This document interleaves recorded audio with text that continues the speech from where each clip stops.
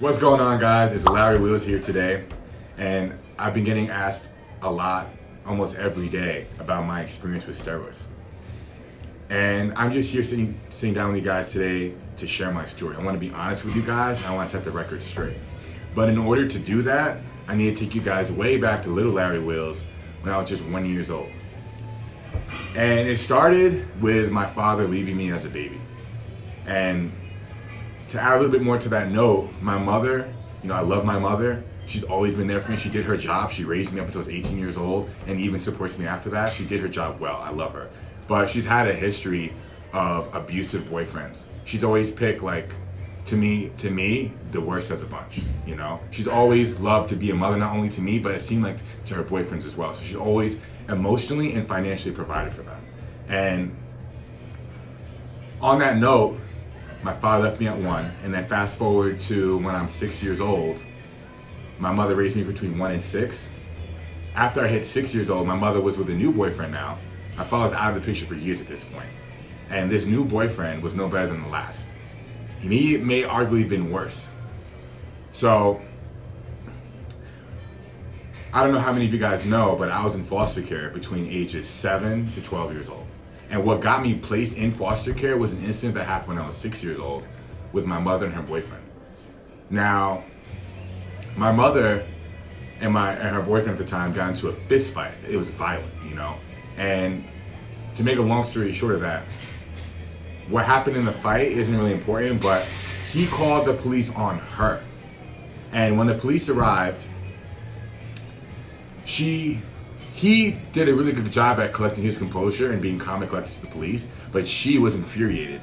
And unfortunately, she couldn't collect herself enough to prevent herself from doing what she did, which led me to getting taken away. So she started attacking the police, screaming at the police. And then so it was wrong of him to ever put his hands on her, but because of how she was presenting herself to the police at the time, and considering that he called the police on her first, they sided with his story and they believed him. So when they went upstairs, I was sleeping, and then they found a little boy in the middle of this, and they're thinking to themselves, okay, well, we gotta take him to the precinct, we gotta take him to the office or whatever. And then when that happened, I believe my mom got put in cuffs, they took her to jail, they drug tested her, and they found some stuff in her system that led them to make the decision that I needed to be placed in foster care, that she wasn't fit to be a parent. So when that happened, now I'm living with my grandmother. So she is my grandmother. My mother and my grandmother do not speak. She does not speak with inside her family. They are not connected at all. Ever since she was 18 years old, they have many disagreements and they do not talk to one another. So when I was living with my grandmother, she was technically my foster parent. She was getting paid to watch over me. Anyways, I was a wild child. I did not like answering to anybody, whether it was my mom, my grandmother, friends, anybody. I was always very hyperactive, very eccentric, very just all over the place. And I made life difficult for my grandma at the time, and she couldn't take it. So once I was 11 years old, she called the foster agency, and I had been placed in another foster home. And now, during the span between 11 and 12 years old, I was placed in 2 different foster homes, and they were great. They were great to me. I have no complaints. I was with other foster kids. They provided for me. I was fed when I was supposed to be. I had a roof over my head. I was in school. They were doing their job. So I have no complaints. I was lucky to be placed in a very caring and genuinely good foster home. I was placed in 2. Now this all happened in New York City. So once I hit 12 years old, my mother had received custody of me. And shortly after that, she spoke to me about how she would occasionally visit a place called St. Martin. It's a U.S. Virgin Island, but it's really a third world country. They speak French and Dutch on the island, and kind of broken English. There was some English being spoken, but it was mostly French and Dutch. So she decided to take me there and start a new life there because she was tired of New York City. And between ages 12 and I want to say 14 going on 15, I was living in St. Martin. And unfortunately, while I was on this island, I could not go to school during the whole time I spent there, because there was only one English school on the island at this time, and it was private and very expensive. And my mom and I were poor. She was by herself. She didn't have support from a man. And when I was on this island, I dealt with boredom. I had nothing to do. I dealt with bullying because when I moved there, the kids who were on the island who grew up there, they figured after learning a little about me that I was from New York and I was rich, because when they look at, from what they understood about New York, they figured people who live there have money, maybe because of the movies they watch or what they've been told, whatever the case may be, they thought I was rich. So they would steal from me. You know, they would occasionally come by my house and look around for spare change. Like, they just didn't, like, they were aggressive, you know, and they occasionally like picked on me, you know, called me names, just like, and at the time I was sensitive, you know, I don't want to deal with that. So I figured picking up weightlifting, working out, could solve two problems: my boredom, I had nothing better to do, and then two, maybe they stopped picking on me once I can defend myself. Because I was a little wimp. I had an Adam's apple protruding 3 inches out from my neck. You know, I had my rib cage showing. You could count every rib in my body. I was like scary thin. I think I was at 13, maybe 5'9"-ish, like 130 pounds. Anyways, I picked up pull-ups, push-ups. I went to Modell's. I got me, well, okay, before I went to Modell's, I actually had a broomstick and 2 cinder blocks because I literally didn't have enough money to go to Modell's and get like a $60 weight set. So I started with a broomstick and cinder blocks, and I started doing floor presses, bicep curls.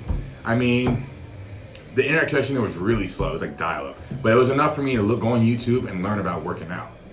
And I found that, you know, with all the time on my hands, it was like, what better to do? So I did it, and it became like an addiction. And I remember I had posing videos of when I was just shirtless, hitting poses at like 13, 14 years old, and I was in good shape.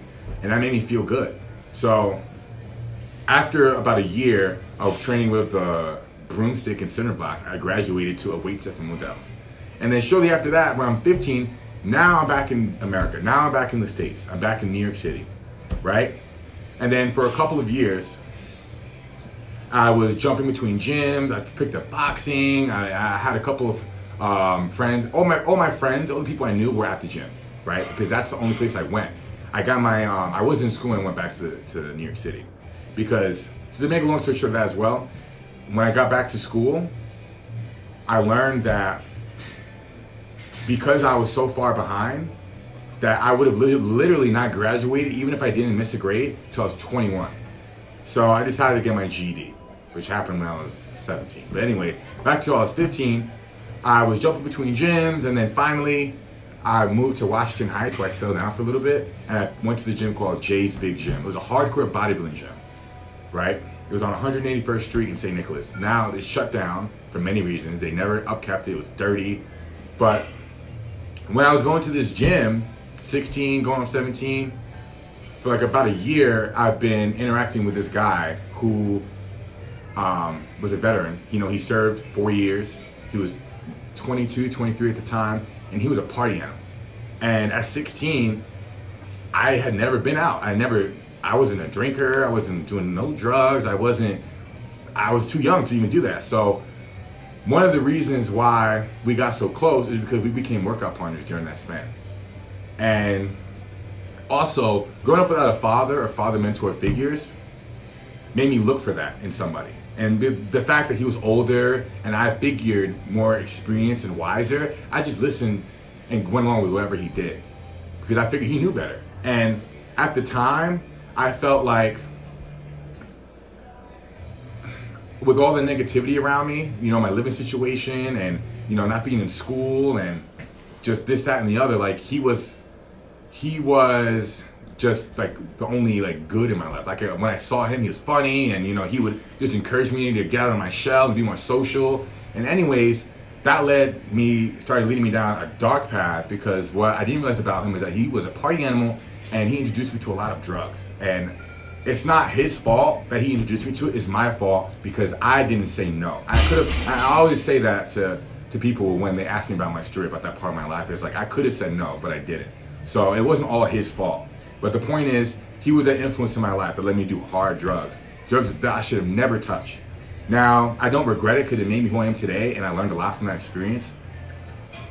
But I saw the path he was going down, and he was 22, 23, the age I am now, and I saw where it was leading him. He's homeless now. The last time I checked, he was homeless, and I saw that I was going down that same path because I was following in his footsteps, right?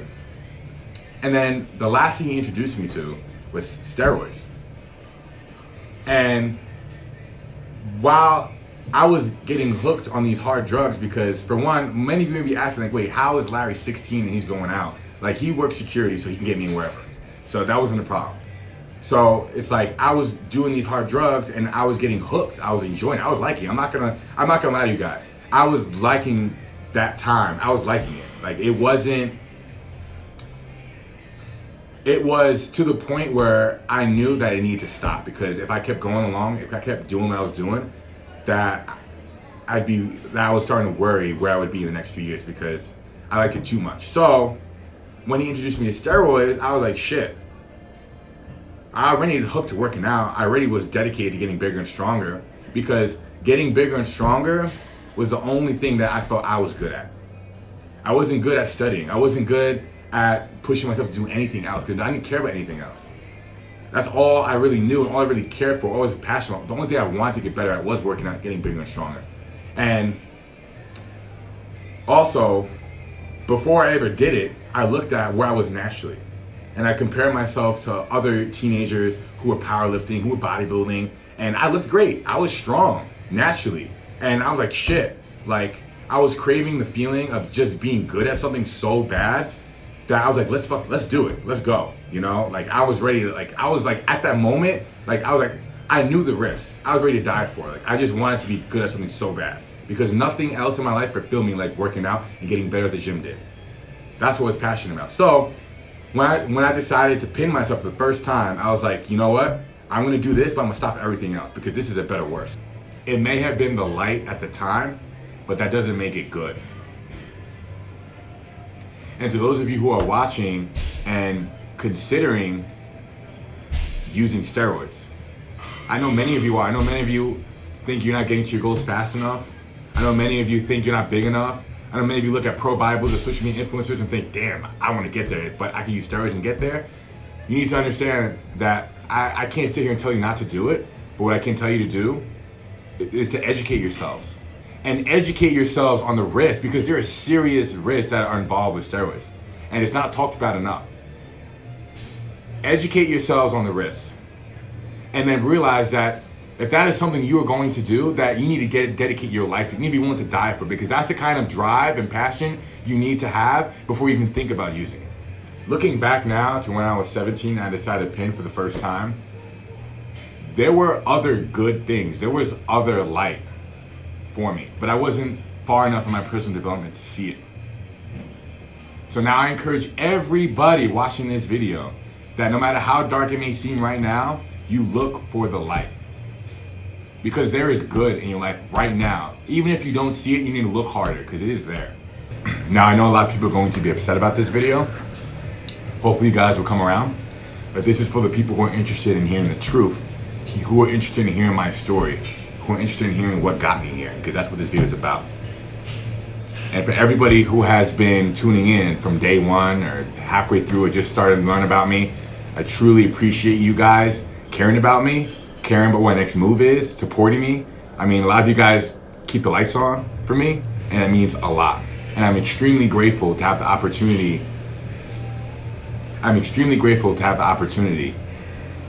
To teach you guys what I have been through and what I have learned from it. Teach you guys how to get stronger.